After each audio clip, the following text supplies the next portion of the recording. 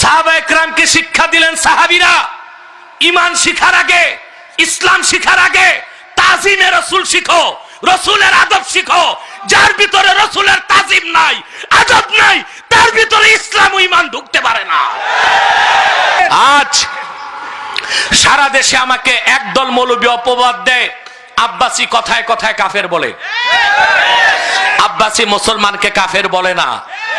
যারা আল্লাহর শানে বেয়াদবি করে, নূর নবী মুহাম্মদ সাল্লাল্লাহু আলাইহি ওয়াসাল্লামের আরশ চুম্বি মর্যাদাকর শানের বিরুদ্ধে কথা বলে, আম্মা জানদের শানে বেয়াদবি করে, খোলাফায়ে রাশিদিনকে মাতাল বলে, মদখোর বলে, তাদেরকে আব্বাসী কুফরির তীর নিক্ষেপ করেছে।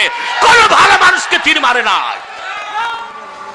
একটি মানুষ মনে রাখবেন, মুমিন হতেও দেরি লাগে না, কাফের হইতেও দেরি লাগে না। কুফরি শব্দ উচ্চারণ করলেই কাফের হয়ে যাবে। এই ব্যাপারে ইমাম